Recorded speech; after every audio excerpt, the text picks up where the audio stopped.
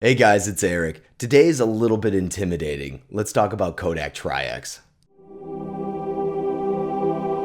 So Kodak initially released Tri-X in 1940 as a 200 speed sheet film. About 14 years later, they released it in 35mm and 120. So if you've ever taken a film class in like high school or college where you shot and developed your own black and white film, more likely than not, the film you used would be Kodak Tri-X. There's a couple of reasons for this. For starters, it's very easy to find. Really anywhere that's going to sell black and white film is going to carry Tri-X. Secondly, Tri-X is super forgiving, and that's incredibly valuable to someone who's just learning photography. For that reason, I recommend it to anybody who's just getting into shooting film. You can under or overexpose your shot by a ton and still come out with something that's pretty usable if you correct for it in the darkroom. Now, if you ask me to describe Tri-X's look in one word, it would be, without a doubt, grain. This is an old film and it looks like it. No matter which speed you shoot, even at the 100, you're gonna get a large amount of film grain in it. It's a gritty looking film,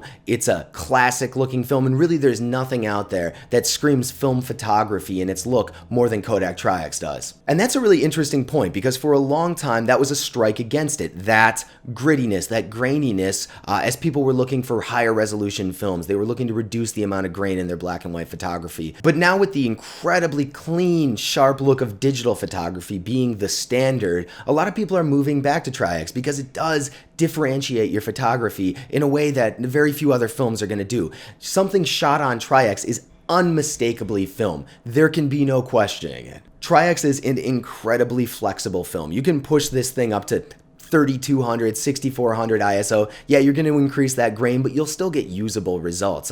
You definitely have a lot of room to play with this film. Tri-X is a film that's sort of near and dear to my heart. It's definitely the first professional grade film I ever shot. It's the film I've shot the longest, and it's really my go-to black and white film when I want to go out and shoot, just kind of on the fly stuff. I've been shooting this film consistently, in 35mm and medium format for like 6 years now. So what I would like to do is take a look at some of the photos that I've taken with this film and kind of show you what it looks like, that kind of distinctive look and what it brings to the table as a film. And you can decide for yourself if it's something you're interested in and something that you like. So this is a photograph of Casey and my cousin Andrea at Dingus Day in Buffalo. And I think this was 2013. If you're not familiar with Dingus Day, it's a Buffalo celebration of Polish-American pride. And as an American of predominantly Polish descent, I go every year I can. I remember this day pretty well. It was actually an incredibly cold day, especially for April, even in Buffalo. It was snowing. It was really pretty miserable. So we drank a bunch of beer and hung out for a while and ended up going home after the parade. But this was taken on a Minolta X370 with the 50mm 1.7 lens. And yeah, it looks great, especially at print sizes. And I actually enlarged this in a darkroom and printed copies of this image, and they look fantastic. If you zoom in, you can see the grain. Obviously, it's apparent. But for a 35mm photo, I think it looks pretty decent. Now, this photo actually existed as a negative for a long time before I scanned it on my computer. So there are actually a couple of scratches on here because I did not take particularly good care of this. If you wanted to go and remove these in post, I don't think it would be that difficult in Photoshop. You could probably do it pretty easily, but yeah. This is another photo taken with the Minolta. This is of the Cargill grain elevator in South Buffalo. I shot this at a pretty narrow aperture to try and get the sign in the foreground and the elevator in the background in focus. One thing that I think is a little bit remarkable is I have a tendency to kind of discount that X370 and that lens because you can buy that camera for about $30 if you look on KEH. You can find one in good shape. You can grab that for, way under $50, and the lens is probably another $20. So you can put together a kit for $50. This image looks great. This is on Tri-X, so of course you've got the associated gritty griminess. But yeah, everything's pretty sharp, even when you zoom in and really get into the image. I think it looks really good. This is cool. This is developed myself in D76 on the X370 with the 50mm 1.7.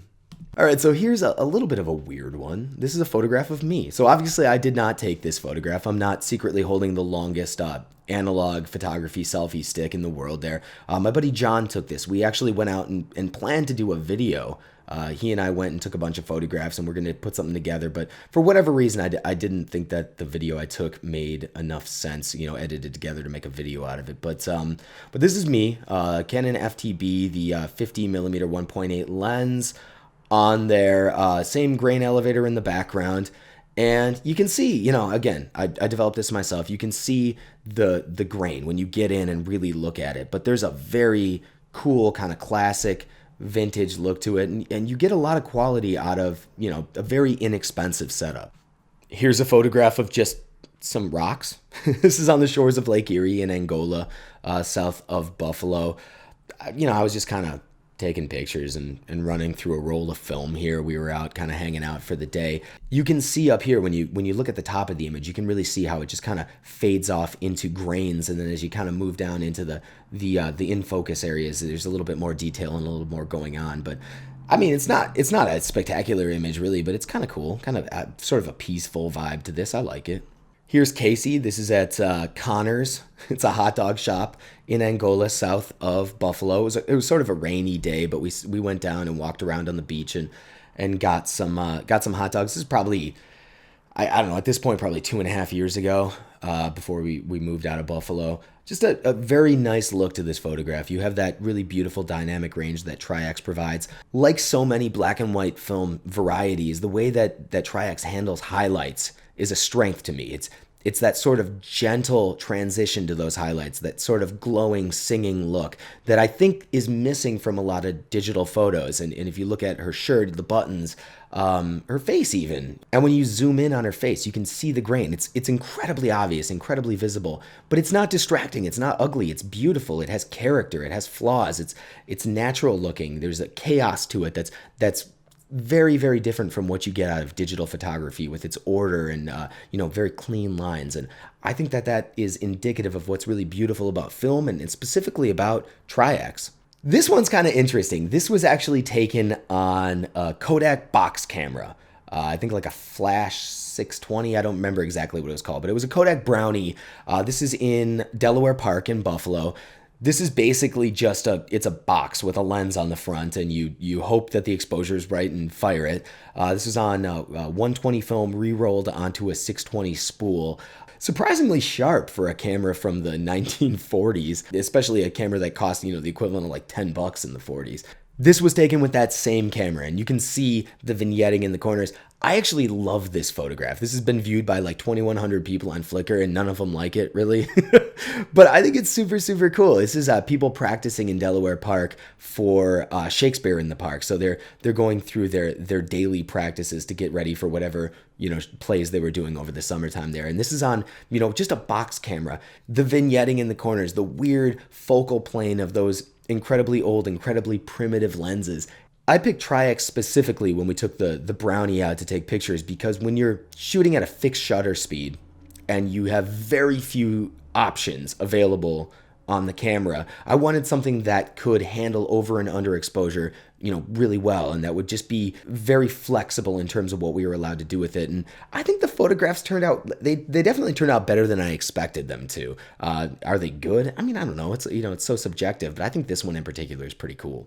So this is one of my favorite photographs that I've ever taken. And not many other people share my opinion. I find that's a common theme. A lot of the times the photographs that I'm most fond of are not those that get the best response. But I love this photograph. This is of two carnival workers. This is pretty recent, actually. I took this last summer at the Saratoga County Fair. These two ladies, they were doing some sort of scamming ring toss game, and I just love them. She was cool enough. I took two photos of them, one where she didn't have the ring up, and this one. I like this one better.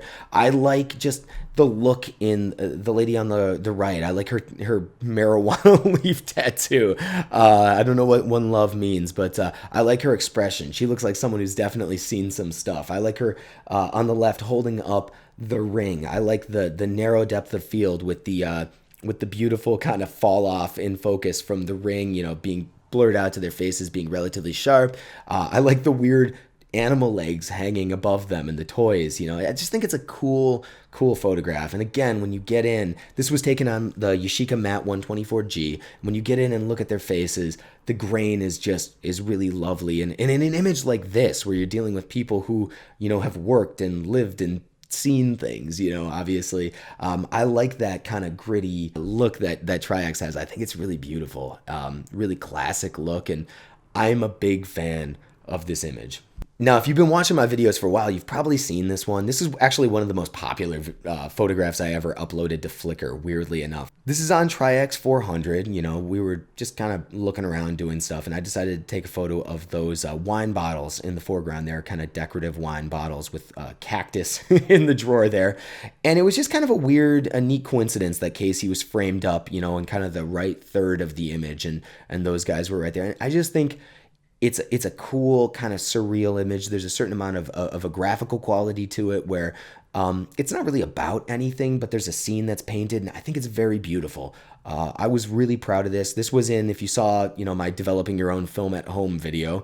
This is one of the images that I developed at home, and I developed this in my kitchen with D76, and I'm very pleased with this photograph. Now, this guy, I wasn't sure about the exposure on this one. This dude was really skeptical about having his photograph taken, you know, possibly because people are looking for him. I'm not sure. One thing that's cool about the Yashica and TLRs in general is people are much more open to being photographed when you ask them, just because it's such a weird, kind of unique, old-timey looking camera versus, you know, like a DSLR, that you can sometimes convince people to let you take their picture. So this was, I thought it was underexposed when I took it, but I sort of liked the look. He obviously wasn't that, like, bronzed looking in real life, but I feel like this guy probably has a reason to not want his picture taken, but I'm not sure what that is.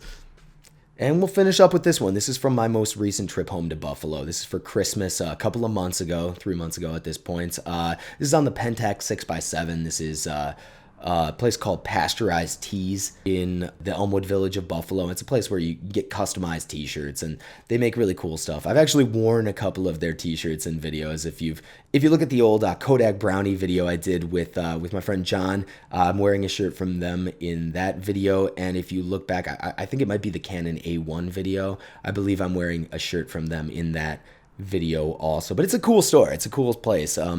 And I just kind of like the look of the lighting. It was a little underexposed, you know. At the time, I was worried that I wouldn't have enough light to take this photograph. But I think it looks kind of cool, actually.